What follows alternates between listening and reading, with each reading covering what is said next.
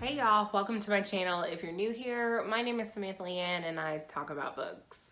So first of all, I really just want to say thank you to all of my subscribers. As you can see from the title of this video, this is my Q&A for hitting 1,800 subscribers. When I started this, it's like 3 years ago now, 3 or 4 years ago, I don't know.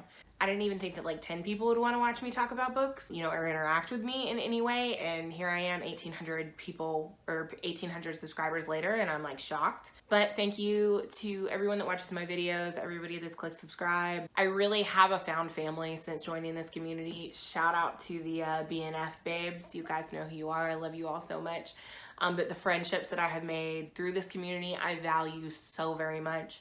So again, thank you to everyone who, watches. You guys are absolutely amazing. I love interacting with you, whether it be Twitter, whether it be in the comments, whatever. You guys are amazing. And thank you for sticking with me through that absence, that I took.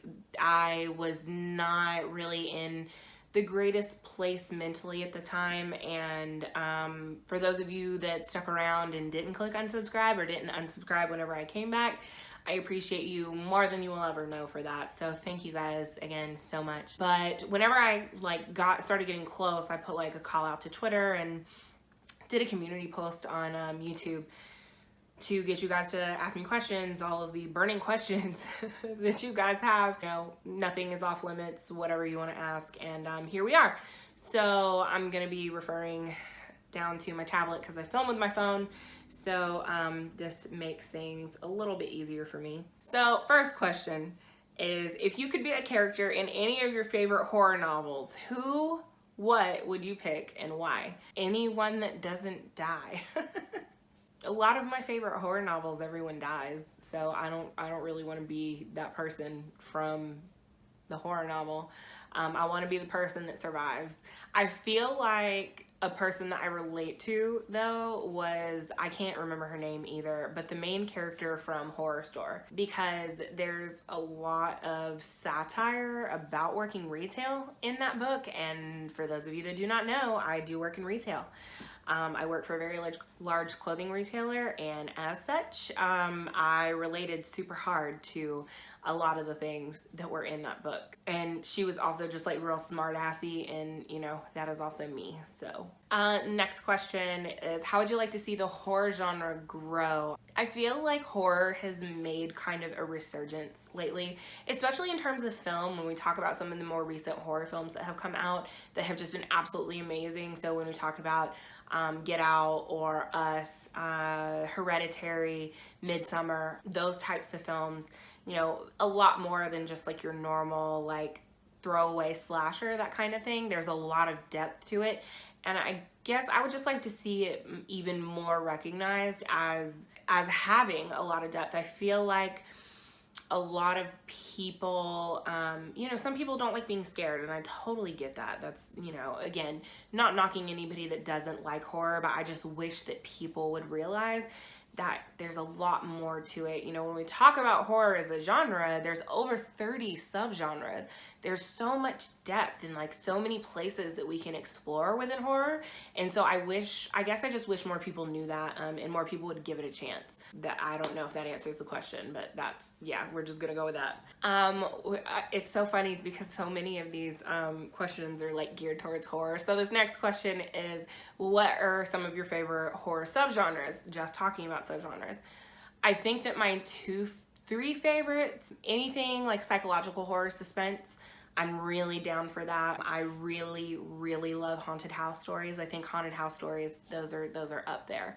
And then I also really enjoy possession stories. So like Head Full of Ghosts, My Best Friend's Exorcism, The Exorcist, things like that. I really enjoy those as well. What are some of your auto-buy authors?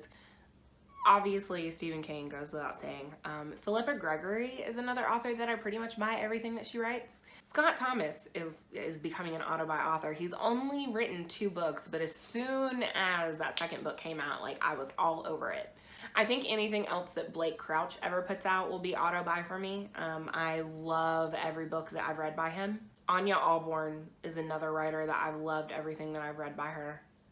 Christy DeMeester, I would also buy anything else that she writes. Zoe asks, why do you love so far away? And Brandy says, yeah, Sam, why do you love so far away? I mean, y'all can visit me down here in South Carolina. We got a beach. I'm just saying. Maybe one day I'll make it up to Canada. India asks, what is your favorite comfort food? And first of all, I just like food. That's a thing. I love food. But carbs are my weakness. I love rice. I love anything to do with potatoes. Potato soup is honestly probably my favorite comfort food. I love soup. Like I'm so into soup. Someone asks, what's your default Starbucks order? My default Starbucks order is, oh, they didn't put a sticker on this. I've been sipping on this for hours. I just filmed like 6 videos in a row. But this is a Venti Quad Iced White Mocha, non-fat, no whip. That is my default Starbucks order every time. Occasionally I will get an iced caramel macchiato, or I prefer iced coffee to hot coffee. Some people would like to argue with me about that, you know, iced coffee isn't really coffee, but I am so hot natured, especially like I can drink hot coffee in the morning, or like coffee doesn't really keep me awake. If I'm being honest, like it just doesn't. Yeah, coffee doesn't really keep me awake, so I can really drink coffee anytime. Hence why I'm drinking this probably like a shot of espresso right now, and it's like 3 o'clock in the afternoon. But yes, I do enjoy a iced caramel macchiato. I also enjoy the coconut milk mocha macchiato. Those are also really good. Next question is, if you suddenly couldn't be known for your love of horror anymore, what bookish thing would you want to be known for? Oh God. What am I known for? I don't feel like I'm known for anything. Like, people know me as the girl that loves Stephen King, and it's actually really funny because like I noticed there was a couple of moments at BookNet Fest where somebody started talking about Stephen King and like, you know, how he was like shitty or whatever, and they like looked at me like, oh no, like I was gonna freak out. I'm like, y'all don't have to like Stephen King. Like, I ain't here to say nothing about it. Y'all like what you like. So, you know, shit. I don't know. Maybe like some kind of historical fiction, because that's my other love. Or like, I'm not gonna say like thrillers, because I feel like thrillers and horror is so closely related. So I'm gonna say historical fiction. Like, I would love to be the person that's like real into like, especially Tudor era historical fiction. Like, I'm here for it. So like, I would love to be like a go-to rec person, which that's a genre that I haven't read a whole lot from lately. I've really been allowing myself to really mood read. You know, just because I have been so slumpy for so long. Oh my God, Christina. If you could only save 3 books from your collection, what would they be and why? That's fucking hard. Probably my edition of Jane Eyre, because I love that book, and the edition that I have is really pretty. I'm gonna say, and this is gonna sound real weird, I'm gonna say my edition of Everything's Eventual by Stephen King. And the reason for that is a nostalgia thing. First of all, I talked about this in a separate video, you know, where I talk about my favorite King books finally. But it's a nostalgia thing for me. I remember the bookstore. I remember going to the bookstore with my grandmother, and she bought it for me. And I remember reading it, and I remember teaching my class the story out of the book. And so like, it's a first edition, and you can tell that I've read it so many times. So it's a nostalgia thing for me. I feel like that's why I would keep it. And then I think that the other thing that I would probably keep would be we're gonna count this as one book, and it's probably cheating, but it's my edition, my hardcover editions of the Chronicles of Narnia series. Again, just because I love that series so much. It's one of the books, or one of the series that I remember reading as a kid. Next question is, how do you annotate your books, and why did you decide to annotate? So I actually, within my reach, I have a book that I have annotated, so hold on. So when I annotate, I actually use sticky notes to annotate. Usually because whenever I'm annotating, it's mass markets, and there's not a whole lot of room to write. I don't have anything against writing in books. I just find it to be easier, especially if I'm like annotating. I can stick it like on the page and write my note, my full thought. And then I use like varying sizes of sticky note, and I tend to pick out colors that match like the book cover. So I didn't have any red sticky notes, so I picked pink. This is actually, oops, my edition of Carrie that I used for my King Chronicles. These particular books, my Stephen King books, I'm very detailed in the annotations that I make because I'm going through the series. So, you know, I like really deep dive into everything. But it's funny, Christine is asking me this question. I'm sending her a book that I went through and I annotated, and she's gonna annotate it and then send it back to me. But like I went through and I highlighted things and like I made like little funny notes. And I did this with a Clive Barker as well. I'm like, what the fuck is this? You know, ooh, foreshadowing, just like, you know, goofy little notes like that. So it really depends on like what I'm annotating it for. I don't annotate a ton. I do like annotating on my e-reader as well. But physical books, yeah.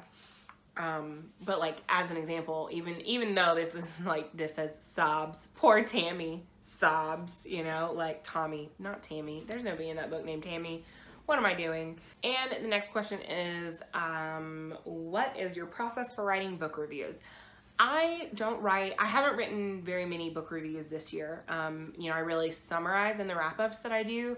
When I'm writing a book review, I tend to not focus on rehashing the plot at all, because if you want that, read the synopsis. Like, there are a million people that have done that better than I have. And I noticed in some of my older reviews that like I went through and I rehashed the whole goddamn plot in my review. There's no point. You know, aside from that, I'm going to talk about the things that I thought were really successful, the things that I thought weren't successful, and then I'm probably going to talk about, you know, for fans of X, you might enjoy this. Even if I didn't really enjoy it, you know, I'm going to give you the good points and the bad points. I try to remain objective, even though review is really subjective by nature, but I'm always going to acknowledge the fact that I am not the only person reading this book, and that, you know, my opinion is not like the end all be all. So there's obviously an audience for that whatever book that I'm talking about, I just may not be that audience. But, you know, I want to inform you if you might be that audience. So this is my favorite question. This is my favorite question. Thank you to Rachel from Shades of Orange for this question. Obviously, you guys know my channel name is Leighanne's Lit. And if you watch the intro of my videos, my name is Samantha Leighanne, and I talk about books. Samantha being my first name, my middle name being Leighanne.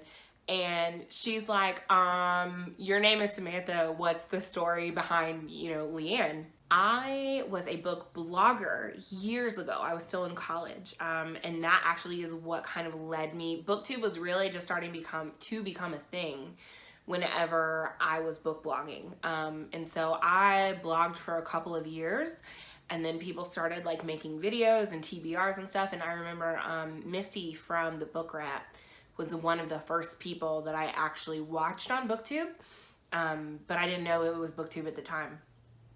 And so when I was blogging, you know, my face wasn't like part of that, you know what I mean?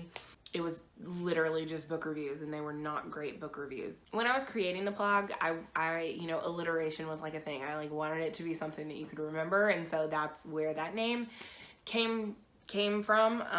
And whenever I stopped book blogging and actually started doing BookTube, I already had this channel under this email address, you know, and I was like, may as well just keep it. We'll just go with it. It's fine. Everything's fine. So that's, you know, kind of the origin of where that name came from, or why I use that name. When it comes to actually like addressing me, you honestly call me whatever you want. You can call me Leighanne, Sam, Samantha Leighanne, like I don't care, whatever comes out of your mouth first. A lot of people call me Sam. Most of the people in my life call me Sam. But yeah, that's where that came from. So great question, Rachel. The next couple of questions are from Melanie, from Mel to the Innie, who I love so much. And her first question is a 2020 release that you're excited for. And this is so bad because I have no idea any books that are coming out in 2020. I concentrated so much on reading most of what I owned this year versus like new books that were coming out. I did read several 2019 releases so far this year, so that is a thing. But as far as what's coming out in 2020, I have not a fucking clue. No idea. Worst book of 2019 so far. It's a tie between Cross Her Heart by Sarah Penborough and I Am Providence by Nick Mamatas, whatever. Both of those books were trash. And then her other question is current favorite song. That's so hard. So for those of you that don't know, I am a early 2000s emo queen at heart. I grew up on that shit. I will never not listen to that shit. So like, I will always listen to emo music. Get over it. And then I also like bad alternative, like indie pop type stuff. Things that I am listening to currently. So what do I have on repeat currently? Because I don't have like a current favorite single song. Things that are on my Spotify playlist. So my on repeat playlist, because this is something new that they just started doing and like I'm here for it, has several Ghost Atlas songs. Several Bring Me the Horizon songs from their newest album because I'm kind of here for it. A lot of people think it's trash, but like I kind of like it. I the Mighty because I love I the Mighty. Dance Gavin Dance, Tillian, Emerosa, Sunsleep, more Ghost Atlas, more I the Mighty. He is Legend. He is Legend released a album White Bat this year and I love it. It's actually like horror themed, so as you can imagine it's very on brand, but overall like it's really good. Other things that I've listened to on my recently played: Mastodon's Crack the Sky, more Ghost Atlas, Coheed and Cambria of course, Tillian, Books in the Freezer podcast, so that's a thing. Yeah, so that's some of the current music that I am currently listening to. Another question that I got was, has doing booktube changed your reading in any way, and if so, how? I would definitely say that booktube has changed my reading in a lot of different ways. I feel like I have become a more critical reader in a good way. And I think that it just allowed me to discover books that I probably would not have discovered had I not done booktube. I think that it really allowed me to really explore, and I think it's allowed me to explore and really kind of rediscover my love for the genre of horror, which has been really nice. You know, and then of course, obviously the biggest thing that I have booktube to thank for is just, you know, the friends that I have made and all of that kind of thing. Yeah, but definitely a more critical reader for sure. I think that that has been the biggest thing. You know, and just being more conscious of what I read. So making sure that I'm reading for marginalized authors, making sure that I'm reading women, things like that. You know, and really noticing things that I may not have noticed before in my reading. So this one is, why are you so wonderful? No, why are you so wonderful, Brandy? I love you. And then she also asked, if you were transported into any Stephen King novel and you could become the antagonist, I think you meant protagonist. We're gonna say protagonist. If you could become any protagonist, which one would you choose and why? That's actually a really, really hard question. I don't know, the first thing that's coming into my head is like 11/22/63, because just the way that that all like goes down and like the time travel element and stuff, like I thought that that was pretty cool. Or maybe like Holly in The Outsider. I think that that would be really interesting one to do. Do you have any bookish buzzwords for horror novels, and if so, what are they? I don't know, I really love haunted house stories. A haunted house story, like I'm all about it. Or like possession. Especially if it's like blurbed and it's like, you know, inspired by The Haunting of Hill House or something, like I'm there. What is one horror novel you would love a film adaptation for and why? Thinking about this, I'm going through my bookshelves in my head. I can see, you say one and I'm gonna give you like multiple examples because that's just how I roll. The Hunger by Alma Katsu, I can see that becoming a film adaptation or like a series even maybe. The Devil Crept In by Anya Alborn, I can see that coming in, becoming a movie. I think Kill Creek would be another good one to adapt. Oh, Head Full of Ghosts. I feel like that could be done like really, really well. If you get the right actors, like, oh, that can be done like really, really well. Next, where do you find most of your horror and historical recommendation or historical fiction recommendations from? My horror comes from Twitter and obviously BookTube. There is also Books in the Freezer podcast, I've found a lot of stuff from them, like the Nightworms on Twitter and Instagram. All of those things. That's where I get most of those recommendations. Historical fiction recommendations. God, I don't even know where I get my historical fiction recommendations from. I just kind of like look for those. Like I specifically look for those. Do any of your in real life friends and family know that you do booktube? Yes. Obviously my husband does. My family actually watches my videos, and when I first started booktube, nobody knew. Like I would wait until my husband wasn't home to film. Because I wasn't sure if it was something that I was going to keep doing, so like I didn't want it to be like a thing. But you know, once I like really got into it and started like making friendships and that kind of thing, I knew that it was something I was going to continue. So like he kind of found out from there. Whenever I like kind of went on hiatus earlier this year, my mom texted me and she's like, why did you stop making videos? I'm like, oh, okay, thanks, mom. And then there, you know, like other people in my life that also know that I do it. I'm honestly not like super secretive about it. It's not something that I talk about at work, just because I like to keep my personal life and my work life mostly separate. So yeah, but it's not something that like I keep a secret of at all. And the last question, what is an original film or TV series you feel would have been better as a book? And that is so motherfucking hard. Like I've been thinking about this question since I read it. When I originally posted this, and like I can't even think of anything. Because a lot of the TV that I watch is very different from the books that I read. And then a lot of the series that I've made it a point to watch have been based off of books already. Like when it comes to film, I'm trying to think of the films that I've seen lately. What was the last movie that I watched? Oh man, you know what probably would have been a good book? I bet that if the right person got a hold of Hereditary, I bet they could have made that into a pretty fucking good horror book, honestly. I bet they really could have like done something really cool with that. The film itself was phenomenal.